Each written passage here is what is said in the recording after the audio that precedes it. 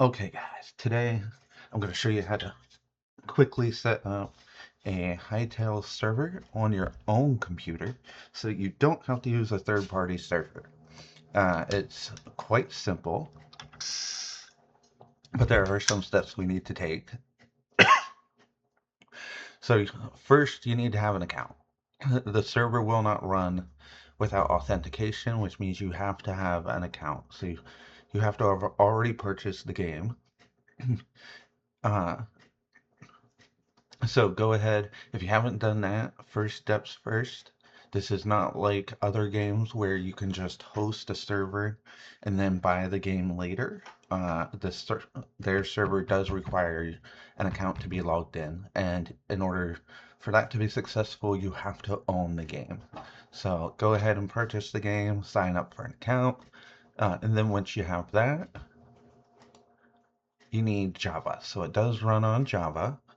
And it does require Java 25. Uh, I haven't tested it with an earlier version, but the documents do say that it wants Java 25. So go ahead and go to the Oracle website, uh, look for Java 25 download, and you're going to want to download whatever one for your system. For me, that's Windows. So it'll download. Now I've already installed Java. So I don't need to reinstall, but if you would go ahead and install Java, and then once Java is installed, you have what you need. So you can go ahead and go to this URL. I will put it in the description so you don't have to worry about memorizing it. Uh, but if you scroll down the page, you'll come to this section, and there's this Hytale downloader. You want that, so you need to click that, and it will download it as a zip folder. And then once you have that, you're going to want to extract it. So go ahead and extract all, and it's going to give you this little folder here. Now if you're using Windows, you can safely delete the Linux. If you're The opposite is also true. If you're using Linux, you can safely delete this Windows. Once you have got that extracted, click up here if you're on Windows and copy this URL, and then open a command prompt and CD to that directory. Now, what this is going to do is it's going to grab the game files. So kind of like Steam would do if you were hosting using the Steam client. Steam downloads the game files. That's what this downloader does. So just type HY tab and then run it. And it's going to give you this little thing. It's going to say it needs authentication. It needs access to your account. So just hold Control if you're on Windows and click the URL. It'll open up a browser window. Now, if you're not logged in, it will tell you, it'll have you log in.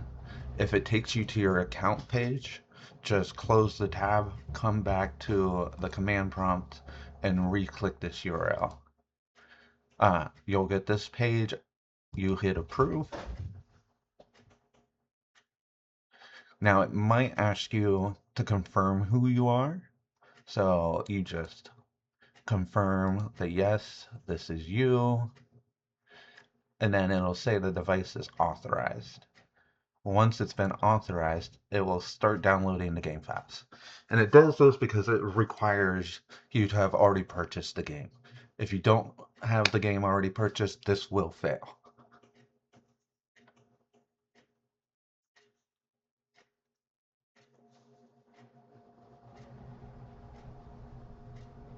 Okay, so now it's downloaded the game files.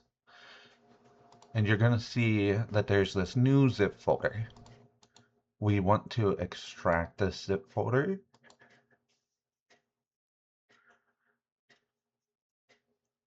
It is quite large. So make sure you have at least 4 gigabytes of free space.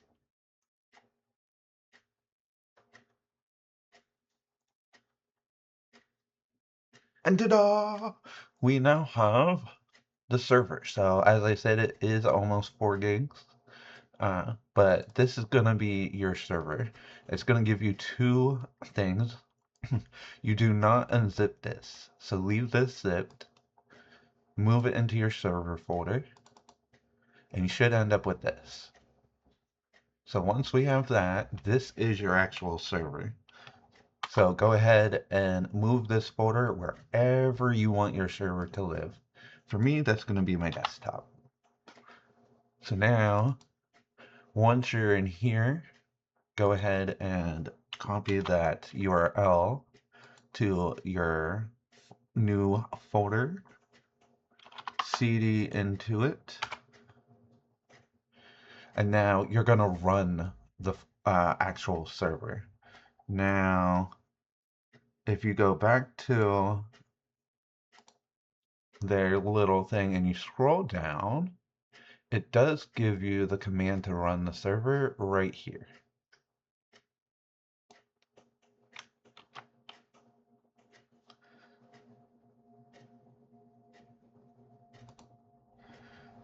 So if you copy that and then just right click, it's gonna execute Java, tell it that the server is here. Well, the server is there, the cache is here, and that assets zip file is right there. This is why you do not unzip that file, because it requires it to actually be zipped. So hit enter, and it's going to launch. Now it is going to most likely tell you that you do not have authentication. It does not know who you are. Uh, you do want to allow this. Yes, see, it's saying no server tokens configured. Use auth login to authenticate. Now, your server will not work unless you are authenticated. Remember, the server requires that you have already purchased the game. So, we can authenticate. So go ahead and /auth, just like it says to. Log in. Now, it is gonna require you to tell it where to log in, either the browser or the device. Uh, I just use the browser. It's simple. Hit enter, and it's going to give you this URL just like before. Hold control, click it, and once again, it's going to say that you need to authorize it. Authentication successful. So now if we go back, it will show that it is now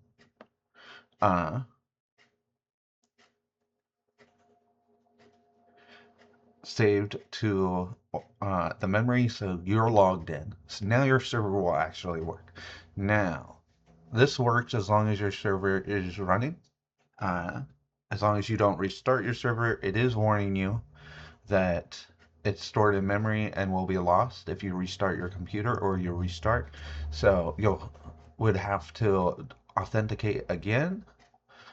You can persist it if you want, because this is always going to be running. I'm not going to worry about this, but if you wanted to, you could just do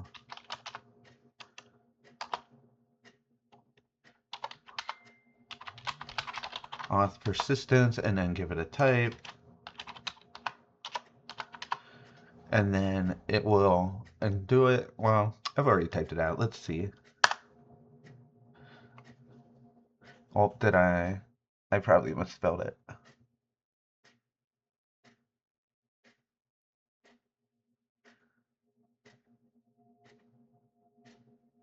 Did I misspell it? I probably did. So I'm just going to copy it because I don't want to spell check. uh, and then right click,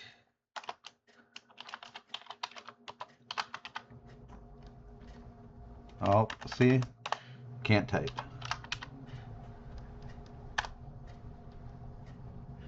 There you go. So now it's stored it as encrypted. Uh, and now you might be thinking, my server's done, I'm good to go. But especially if you're on Windows, that's not true. So this does not set up port forwarding. Uh, it does not set up uh, Windows firewall. So if you're on Windows, the firewall will automatically block this. You cannot access this uh, outside of the local. So you need to add a Windows firewall rule.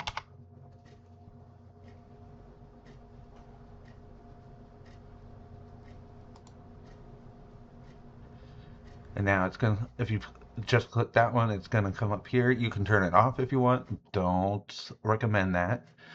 Or you can go to advanced settings. We're gonna add a new inbound rule. So go ahead and click inbound rules, new rule. This is gonna be for a specific port. And we're gonna give it a specific port, and I believe it's 5502.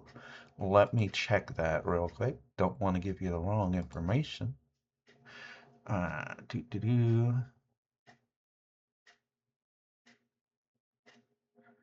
default port is 5520. And you can find all this information at this link, by the way. So if we go back, oh, I was so close. Right numbers, wrong order. So it's 5520. We're going to allow the connection across all domains. Just call it Hytale. Finish. Now that's still not done, because you still need to add one more rule. Again, it's going to be a port. This time it's going to be UDP, not TCP. You can just add UDP. I recommend adding both just to cover your bases. Oh, I forget. It is 5520. We're going to allow the connection across all domains. I'm going to call it Hytale 2. Finish. And now people can connect to your thing if you've set up port forwarding. So port forwarding is specific to your router. If you have Cox and you have their equipment, you go through your phone and add it in the app. If you have Comcast and their equipment, then you go through the web browser or your phone. And if you have your own router, you're not using third-party routers, then you would go through your router. So because I don't know what setup you have, I'll leave you to setting up port forwarding, but you do need to port forward 5520 to the computer that you have the server on, or no one will be able to access.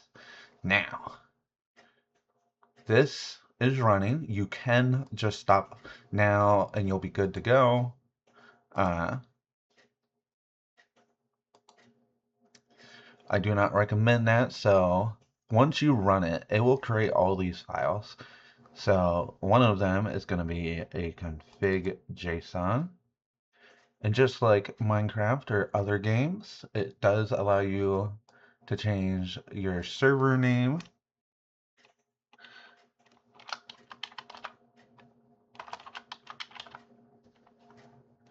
your max players, which I don't need 100 players. The game mode you cannot change quite yet. In the future, they will probably let you change this, but right now, adventure is the only one, at least at the time of making this video. And then you can set a password in order to secure your server. So if you change any of this, just go ahead and save it. To restart the server, just hit Control and then C, and it will tell you that it's shutting down. It will not get past this. You have to Control C again.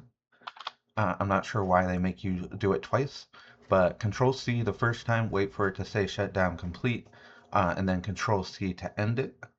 Hit up, relaunch it, and it will turn around and start the server back up. So it should start and tell you everything's good to go, which it does. Universe is ready and the server is booted, and you don't see that authentication or token error. So now you're done. That's it. The server is up and running. You've configured it. You've got your Windows firewall allowing it. And now the only thing left to do is give people your IP address that you want to be able to connect to it, and then play the game.